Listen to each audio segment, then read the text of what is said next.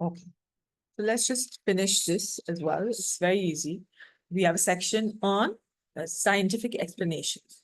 So easily we can understand what exactly is a scientific explanation and an unscientific explanation. What's the difference?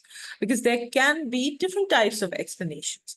If you remember in the class, we would discuss things like, the table. What's the table made of? One can give any kinds of explanations. But what is it? What makes an explanation scientific?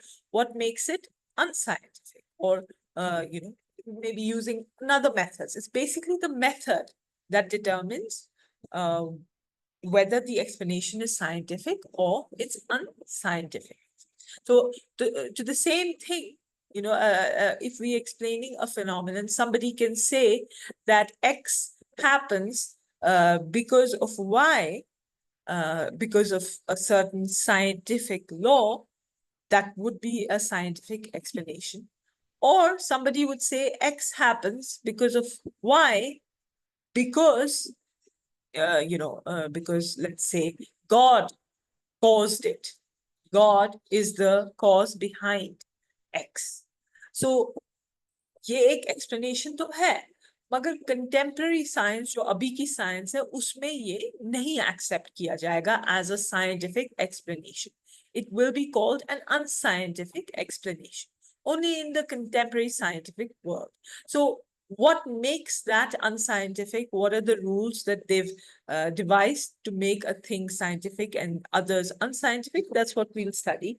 So first I'll go through what I have, and then we'll also go through what Huren has shared. That's also very deep and nice. You can study from that as well. So this is a book that I had shared with you, a very short introduction, a philosophy of science. So it's in your group. You can take that and study from it. So obviously everyone knows that scientific reasoning में deduction or induction दोनों का इस्तेमाल होता है, right? We saw how we can actually bring about a scientific explanation both by deduction as well as induction. But explanation एक अलग चीज है, एक हुआ reasoning, एक हुआ explanation. वो क्या है? Explanation किसको बोलेंगे फिर? Scientific. Just a minute. Yeah, this. So one of the most important aims of science is to try and explain what happens in the world around us. Sometimes we seek explanations for practical ends. For example, we might want to know why the ozone layer is being depleted so quickly in order to try and do something about it. In other cases, we seek scientific explanations simply to satisfy our intellectual curiosity. So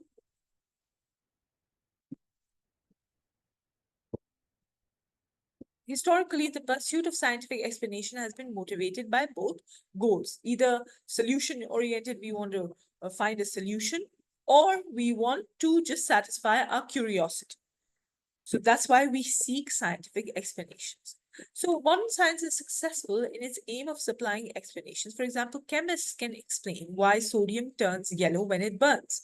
Astronomers can explain why solar eclipses occur when they do. And economists can explain why the yen declined in value in the 1980s. Now, geneticists can explain why male baldness tends to run in families.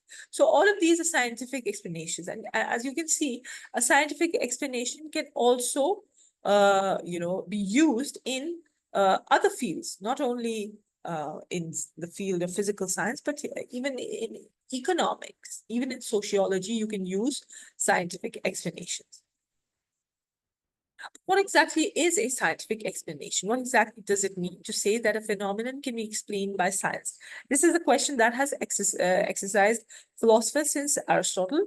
And what we are going to do is we are going to study what the American philosopher Carl Hempel said in the 1950s. So आप ये याद रखेंगे नाम अच्छी तरह से. So if you get like a detailed question on a scientific explanation, you will mention Carl Hempel का जो ये law है. Carl Hempel is his name. He's an American philosopher, and in the 1950s, he gave a covering law model of explanation. He wanted to understand what a scientific explanation is. So he gave us what he called the covering law model of explanation. Now, what's the basic idea? The basic idea behind the covering law model is straightforward. What? Hempel noted that scientific explanations are usually given in response to what he called explanation-seeking why questions. तो मतलब इसका simple idea है. It's not a very difficult theory to understand. He said कि scientific explanations हमेशा दी जाती है explanation-seeking why questions. जो भी क्यों वाले क्वेश्चंस हैं, जो एक्सप्लेनेशन मांग रहे हैं क्यों के साथ, उन क्वेश्चंस, उन सवालात की जो एक्सप्लेनेशन होती है, उस एक्सप्लेनेशन को हम साइंटिफिक एक्सप्लेनेशन कहेंगे. So this is the main thing that you need to understand from his covering law model of explanation, that he noted that scientific explanation usually given in response to what he called explanation seeking why questions. So these are questions such as, why is the earth not perfectly spherical? Why do women live longer than men? And the like. They are demanded for explanation. मतलब हम एक why पूछ रहे हैं और एक explanation demand कर रहे हैं. इसकी वजाहत demand कर रहे हैं क्यों पूछ के, right? So to give a scientific explanation is thus to provide a satisfactory answer to an explanation seeking why question. If we would determine the essential features that such an answer must have, we would know what the scientific explanation is. So essential features क्या है जो हर एक सवाल में होने चाहिए? He says, Hempel suggested that scientific explanations typically have the logical structure of an argument. तो बिल्कुल एक आर्ग्यूमेंट की तरह, जिस तरह हमने लॉजिक में पढ़ा, वैसे ही साइंटिफिक एक्सप्लेनेशंस दी जाती है. तो एक पहले सवाल वाई वाला सवाल पूछा जाता है, उसके जवाब में जो एक्सप्लेनेशन दी जाती है उसको एक आर्ग्यूमेंट फॉर्म में दिया जाता है. That is, it has a set of premises followed by a conclusion. The conclusion states that the phenomenon that needs explaining actually occurs, and the premises tell us why the conclusion is true. So, जो regular एक deductive argument में जिस तरह होता है, एक conclusion होता है, प्रेमिसेस होती है. कंक्लूजन में हमको एक्चुअल पता चलता है द फिनोमिनन जो हम स्टडी कर रहे हैं उसके बारे में, और प्रेमिसेस हमको बोलती है कंक्लूजन क्यों सच है. We know that in a deductive argument, the conclusion has to follow from the premises. The conclusion has to be in agreement with the premises. So that's a deductive argument. Now, to answer it, says Hempel, we must construct an argument whose conclusion is, can I? Yeah, I can do that. Construct an argument whose conclusion is sugar dissolves in water and whose premises tell us why this conclusion is true. So conclusion में होगा actual phenomenon जो हम study करना चाह रहे हैं, और premises में होगा वो phenomenon का असली explanation. ठीक है? तो actual जैसे हम पूछते हैं question, why does sugar dissolve in water?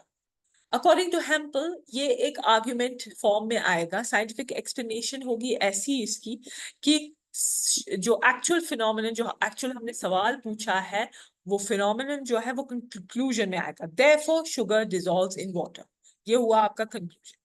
Premises में आप discuss करेंगे ये conclusion कैसे हमने लाया. How and why did this happen? How does sugar dissolve in water? So the task of providing an account of scientific explanation then becomes the task of characterizing precisely the relation that must hold between the set of premises, set of premises and a conclusion in order for the former to count as an explanation of the latter. That was the problem Hempel set himself.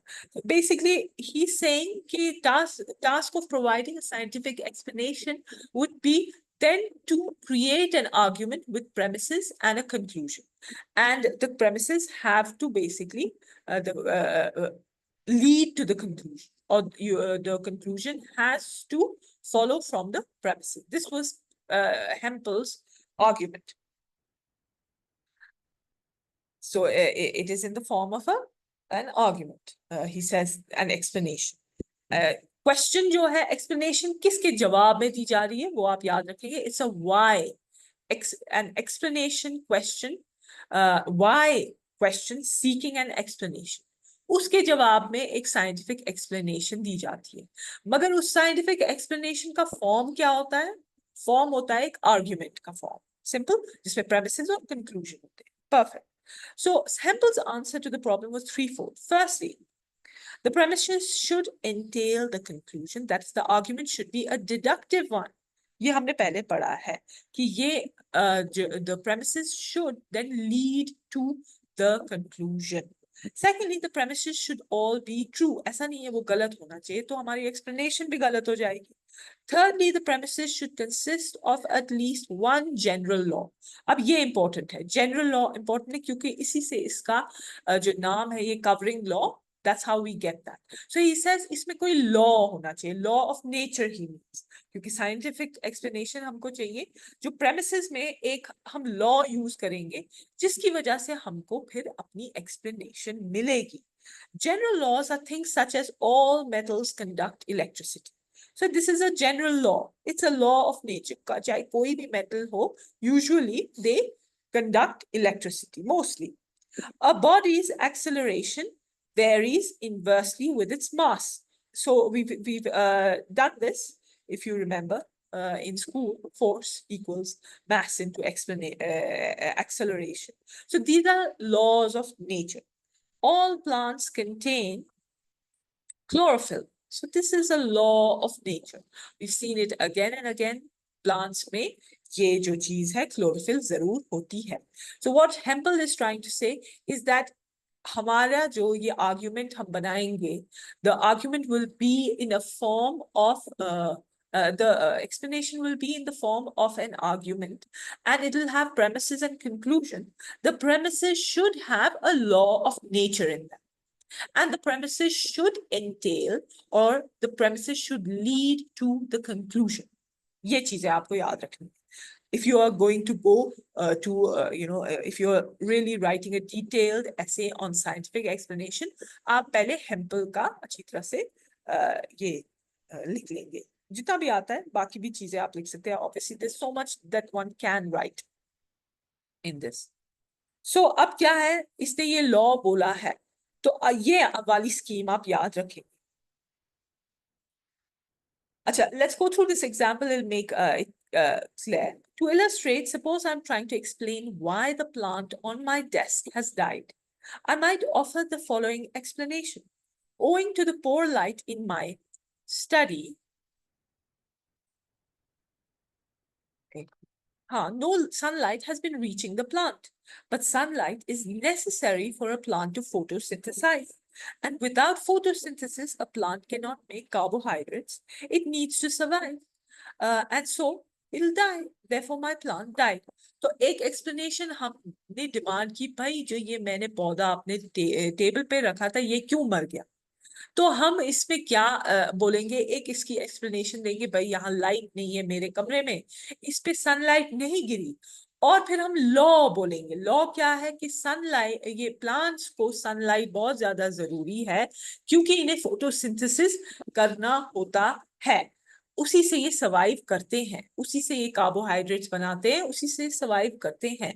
ये वाला plant क्योंकि इसे sunlight मिली ही नहीं, तो ये photosynthesise इसने किया नहीं, therefore ये मर गया. तो अब आप देखिए हमने क्या किया. पहले हमने एक why क्वेश्चन पूछा, उसके जवाब में हमने एक साइंटिफिक एक्सप्लेनेशन दी, मगर हमने ये scientific explanation in the form of argument दिया. इसमें हमने प्रेमिसेस बनाई. प्रेमिसेस में हमने एक रीजन दिया कि ये हो सकता है, जो फिनोमिनन डिस्क्राइब किया कि मेरे कमरे में लाइट नहीं होती है ज्यादा, और एक लॉ दिया, जरूर आप याद रखेंगे, एक लॉ ऑफ नेचर दिया कि प्लांट्स हमेशा सनलाइट में ही ठीक रहते हैं क्योंकि they have to photosynthesize using sunlight and that's how they survive. और फिर हमने कंक्लूजन ड्रॉ किया, therefore my plant died because of this issue that it could not photosynthesize. So there we have a scheme now of a scientific explanation according to Hempel here. So we have general laws, a law of nature, particular facts. Particular fact क्या था कि मेरे कमरे में light नहीं आ रही है. General law क्या था कि प्लांट्स को लाइट बहुत ज्यादा जरूरी है क्योंकि उसी से वो सर्वाइव करते हैं. फिर उसका हमने कंक्लूजन क्या बनाया? कंक्लूजन था जो हमने फिनोमिनन हमें जो एक्सप्लेन करना था कि why did this is why my plant died, my plant on my desk died. So the phenomenon to be explained is called the explanandum. हमें phenomenon जो explain करना था वो क्या है? Explain हमें करना था phenomenon कि मेरा plant मर क्यों गया जो मेरे desk पे है. That is the explanandum. जो चीज explain करनी है, the phenomenon to be explained is the explanandum. And the general laws and particular facts that do the explaining are called the explanans. जिन चीजों से हम एक्सप्लेन फिर करते हैं, चाहे वो लॉ हो, चाहे वो कोई पर्टिकुलर फैक्ट हम दे कि भाई मैंने प्लांट अंधेरे में रखा था इसीलिए, चाहे वो लॉ हो कि प्लांट्स को जरूरी है सनलाइट, वो चीजें जो हम यूज करेंगे to give an explanation, they are called explanans, right? तो इसमें क्या हुआ, हमारा कंक्लूजन होगा explanandum, because that is what we have to explain, and हमारी प्रेमिसेस में होगा एक्सप्लेनेंस जो हम यूज करेंगे in order to give a explanation. Very simple, nothing complicated as such. This is just regular stuff that we already know. Okay, so the problem here is that इसके इस definition में भी बहुत सारे mistakes हैं. That's why it's not usually like it's not whenever it's talked about, people criticize it also, but obviously it is used as an explanation of what a scientific explanation is. It's an important sort of law in that sense. तो इसमें क्या इसने दूसरा एक चीज बोला, अब हमें समझ आ गया एक्सप्लेनेंडम क्या है, एक्सप्लेनेंस क्या है. मूविंग ऑन, आप दूसरी भी एग्जाम्पल इनमें दी है, यहाँ स्किन कैंसर की दी है, यहाँ न्यूटन की भी दी है. अच्छा, अब इसमें कवरिंग लॉ इसको क्यों बोला? Why did he call it the covering law model? So, according to the model, the essence of the explanation is to show that the phenomenon to be explained is covered by some general law of nature. So, basically what he's trying to say is that this model of his, Carl Hempel's model, is called the covering law because the essence of the explanation that is provided, the essence of the explanation is to show that the phenomena to be explained is covered by some general law of nature. मतलब जो हम phenomena discuss या explain करना चाहते हैं उसको पूरी तरीके से ढांपा है, कवर किया है किसी जनरल लॉ ऑफ नेचर में. इसीलिए इसको ये कवरिंग लॉ कहता है. कि जैसे फॉर एग्जांपल हमने प्लांट की बात की, एक जनरल लॉ ऑफ नेचर हमने लिया कि प्लांट्स सिर्फ सनलाइट में रहते हैं, और वो लॉ जो था वो काफी था. It was sufficient to explain the phenomenon that needed the explanation. Okay, the explanans that we used was sufficient for the explanandum. Explanans हुए तमाम हमारे law भी और हमारे particular facts भी जो हमने दिए to build our explanation, और explanandum था जो हमें actual चीज explain करनी थी. तो अब आप basically you're well with Hempel's covering law model of a scientific explanation. This is just another example that they give here. But we have to understand that this explanation or this model also has problems. The two problems are the problem of symmetry, जो यहाँ लिखी है. I don't think you need to go into the problems, but you just need to know them, that it has problems, this covering law model, the problem of symmetry, and the problem of irrelevance. So I don't think let's go into detail into that. But the main thing that every student needs to understand is that a scientific explanation is essentially related to causality. So it gives us the cause. It gives us the cause behind the effect that we want to understand. So hamara jaise, let's take again the example of the dying plant on my desk. That is an effect. I saw that my plant that I put on my desk died. So what is the cause of that? a scientific explanation will give me the cause of the effect that I saw. ठीक है? So this is the main thing. Even if you don't understand anything, you should know this very well. A scientific explanation gives us the cause of the effects that we see all around the world. So since the covering law model encounters so many problems, it is natural to look for an alternative way of understanding scientific explanation. So some philosophers believe that the key lies in the concept of causality. This is quite an attractive suggestion. For in many cases, to explain a phenomenon is indeed to say what caused it. तो many times जब हमें explain करना होता है कोई भी phenomenon, actually अगर देखा जाए हम क्या कर रहे हैं, हम उसकी जो वजह है, उसकी जो cause है, वो ही ढूंढने की कोशिश कर रहे हैं. So for example, if an accident investigator is trying to explain an aeroplane crash, he is obviously looking for the cause of the crash. Indeed, the questions, why did the plane crash and what was the cause of the plane crash are practically synonymous. मतलब ये same है. Plane crash क्यों हुआ या cause इसकी क्या थी? This is the same thing, the same question. So that means a scientific explanation is usually related to finding the causes of phenomena.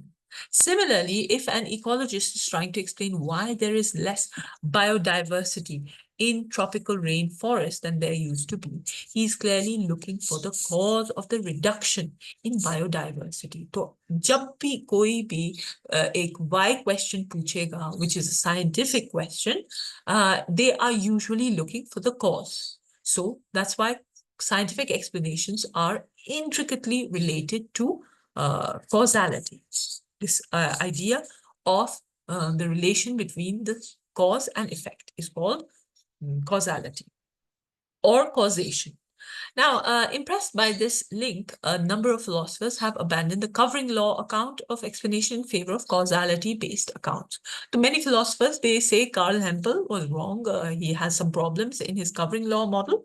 What is more favorable is the causality-based accounts. The details vary, but the basic idea behind these accounts is that to explain a phenomenon is simply to say, to explain a phenomenon is simply to say what caused it. So basically, whenever we are seeking a scientific explanation, we are actually asking the question, what caused it? What caused it? As you can see, you can make a connection between this and the laws of thought. So our fourth law of thought was the law of sufficient reason. And every cause, every effect has a cause. Everything has a reason. So this is what we are trying to seek in the scientific method also. In some cases, the difference between the covering law and causal accounts is not actually very great. For to deduce the occurrence of a phenomenon from a general law often just is to give its cause. तो मतलब जो covering law में एक important चीज है उसका जो general law है उसमें हम use करते हैं एक law मगर वो अगर देखा जाए वो law जो है उसी से तो हमको cause पता चल रही है ना कि अगर हम law use कर रहे हैं plants के situation पे we actually understand why the plant on my desk died because of that law. So it is, I'm understanding the cause of the effect. So, for example, recall again Newton's explanation of why planetary orbits are elliptical. We saw that this explanation fits the covering law model. When Newton deduced the shape of the planetary orbits from his law of gravity, plus some additional facts. But Newton's explanation, basically they're trying to use, let's say, Newton's very famous law that जो orbits हैं, planetary orbits हैं, वो perfect circles नहीं होते हैं, वो थोड़ा elliptical shape होती है, थोड़ी oval shape जैसी होती है. That is not a perfect circle. So he got that law, but वो law भी जो है वो explanation भी जो है वो एक causal explanation है. उसमें हम we are trying to ask what is the cause of this phenomenon, right? So covering law and causal explanations are almost the same. So some philosophers are more inclined towards accepting causal explanations, causal accounts. जिसमें वो basically हम understand, we are trying to understand the cause behind the effect, and that's what we call a scientific explanation. Perfect. So this is what it is. Now let's just go through one last thing that I here.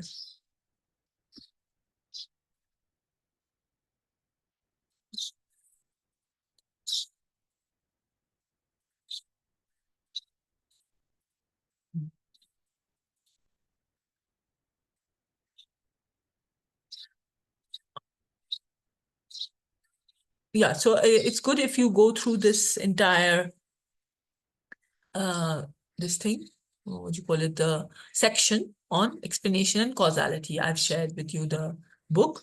Just read through it and you will get a good idea about this. But let's go through the document that Huran has also sent. इसे भी आप लिख सकते हैं. So this is a full sort of understanding of explanation, scientific, unscientific, किसको बोलते हैं. So you can learn from this. So go through this as well. Values of science, explanation, scientific क्या है, unscientific क्या है. So this is basically इसमें relevance होनी चाहिए, इसमें ट्रूथ होना चाहिए. A logical inference advances from premises to a conclusion. The explanation of the facts advance from the fact to be explained to the premises from which. Okay, so basically we do use logic in scientific explanations as well. So everybody should be, completely clear with that. A scientific explanation is a theoretical account of some fact or event. Look at the right side. A theoretical account of some fact or event always subject to revision that exhibits relevance, compatibility, and previously established hypothesis, predictive power, and simplicity. So इसमें क्या ये दिया है इन्हें अच्छा एक 5 qualities हैं for a scientific, for an explanation to be scientific. Number 1 is relevance. आप ये याद रखेंगे. There are 5 qualities for an explanation to be called scientific. Number 1 is relevance. कि मतलब जो हम phenomena explain करना चाह रहे हैं, क्या हमारी explanation उसको अच्छी तरह से explain कर रही है, क्या वो relevant भी है, क्या वो उसको address कर रही है, क्या वो कुछ और ही चीज बोल रही है. So the explanation has to be relevant. Number 2 is compatibility. जो हम ये explanation दे रहे हैं, is it compatible with previously established hypothesis? जो पहले वाले experiments हुई हैं, पहली scientific discoveries हो रही हैं, इस explanation की relation उन पिछले वाली research के साथ क्या है? For example, अगर आज मैं कोई research करूं in, let's say, engineering, or let's say in physics. So I will have to provide an explanation. How does my explanation go with other established laws and established scientific hypotheses or explanations that have come before me? For example, the other laws that are present, Newton's laws or Einstein's laws or Maxwell's laws. वो भी एक compatibility होनी चाहिए. अच्छा, predictive power कि मतलब आपकी scientific explanation क्या ये कुछ प्रिडिक्ट कर रही भी है या बस आप एक फैक्ट बोल रहे हैं भाई ये चीज हो रही है इससे. No, a scientific explanation has to predict. और प्रिडिक्ट किस तरह करते हैं हम? हाइपोथेसिस से ही तो करते हैं. और सिंप्लिसिटी होनी चाहिए in the sense it shouldn't be overly complicated. It shouldn't be, for no reason complicated. It should be simple, and some people sometimes they say it should be elegant, or that is almost to do with simplicity, and it should have this predictive power. It should be relevant. It should be compatible. तो कितने हो गए ये? 1 2 3 4 चीजें हैं in scientific explanation की properties. So let's see. Unscientific explanation फिर क्या होगी? An explanation that differs from a scientific explanation in being presented and accepted dogmatically and taken as true regardless of the evidence. So unscientific वो होगी which will an explanation that does not conform to the scientific method, number 1, and it is accepted dogmatically. Dogmatically हुआ on मतलब ये as a matter of faith, you can say, or as a matter of without evidence. तो dogma जैसे बोलते हैं in religion is those articles of faith that we don't really ask questions about, right? So dogmatically on faith, blind faith आप कुछ ले रहे हैं, that will be considered unscientific. And जिसमें evidence नहीं है, that will also be considered unscientific. और वो explanation जो scientific method को use ही नहीं कर रही है, वो भी हुई unscientific. अच्छा, testability is the capacity of a scientific hypothesis to be confirmed or disconfirmed. ये एक most important fundamental difference between scientific and unscientific explanation is in testability. एक चीज, एक explanation जो है जिसको हम test कर सकते हैं, उसे ही हम scientific बोलेंगे. अगर हम उसे test नहीं कर सकते, उसको हम scientific नहीं बोलेंगे. क्योंकि साइंस का मेन मुद्दा ही ये है कि it can be tested empirically with our senses, it can be tested with experiments. ठीक है? So if there is no testability, for example, I give an explanation that my table is made up of souls. Now I can't really test that explanation because there is no experiment involving souls. Right? So this explanation has no testability. Therefore, it is not a scientific explanation.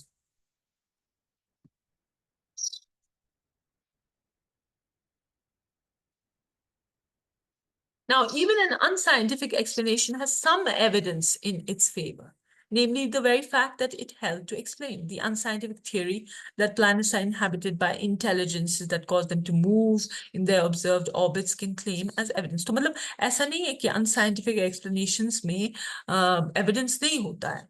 Evidence होता है, कोई किस्म का evidence वो देते हैं. But is the evidence empirically verifiable? क्या हम, is it testable? Is it, can we empirically verify it from our senses, from our experience? Can we verify it? No. If we can't, then it is an unscientific explanation. So again, जो चार चीजें हमने याद रखी, the properties of a scientific explanation are: number one, compatibility with previously well-established hypotheses. जो पिछले तमाम discoveries हुई हैं, उसके साथ क्या ये compatible है या नहीं? Many a times, sometimes, जब revolution आता है, वो compatible नहीं होता है. तो मगर वो एक once in a God knows how many hundreds of years आता है revolution. मगर वो थियरी इतनी स्ट्रॉन्ग होती है कि उसका बहुत ज्यादा टेस्टेबल पावर भी होता है, प्रिडिक्टिव पावर भी होता है और एविडेंस भी होते हैं. तो that time scientists will say, even though it does not conform with our previously held theories, but this is the truth because इसका evidence is too much, right? So ये हुआ number one, compatibility. Number two is predictive or explanatory power. तो आपके पास एक theory है, वो कुछ predict करनी चाहिए कि फॉर एग्जाम्पल जब मैं ये वाली एक्सपेरिमेंट करती हूँ तो इसका ये रिजल्ट आना चाहिए. सो इसको हम बोलेंगे, इसमें टेस्टेबिलिटी भी है, इसमें प्रिडिक्टिव पावर भी है. Predictive power as an we can predict something, उसी से तो हम टेस्ट करेंगे. अगर हम प्रिडिक्ट ही नहीं कर सकते हैं तो how will we test? So for example, I want to understand why leaves are green.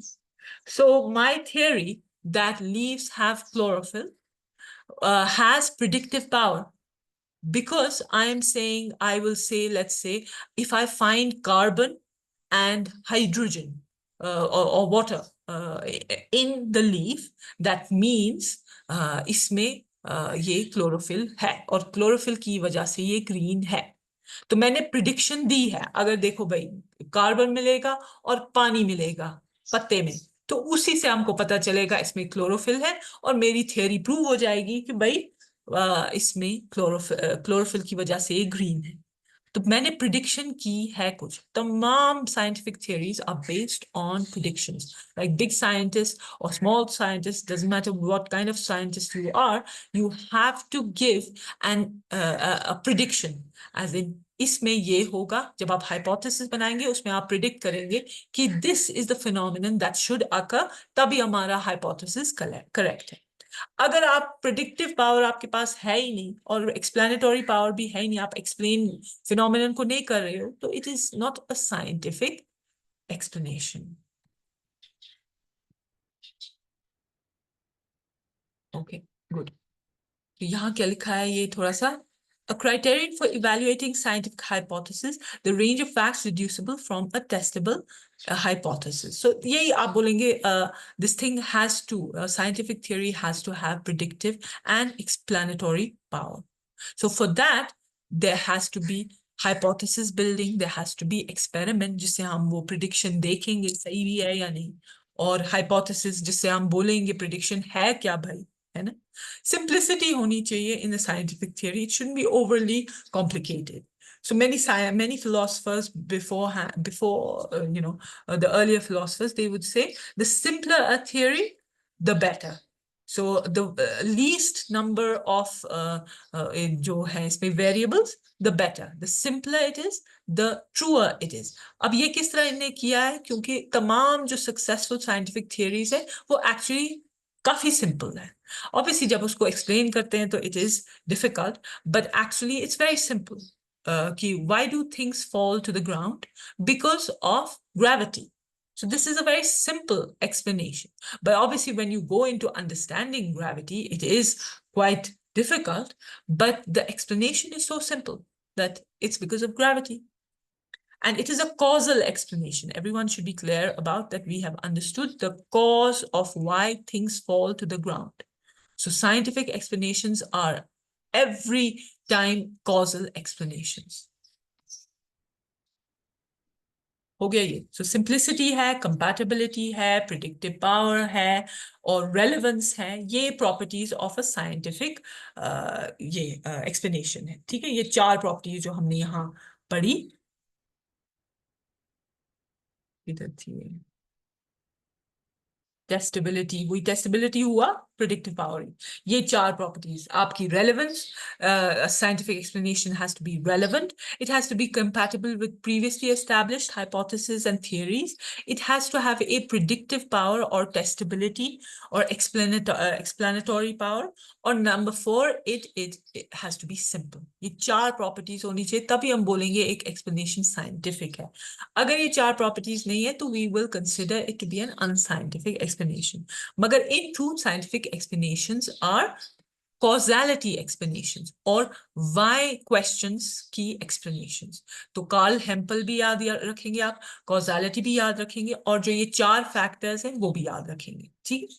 All right, so almost we are done with Mill's methods and scientific explanation also.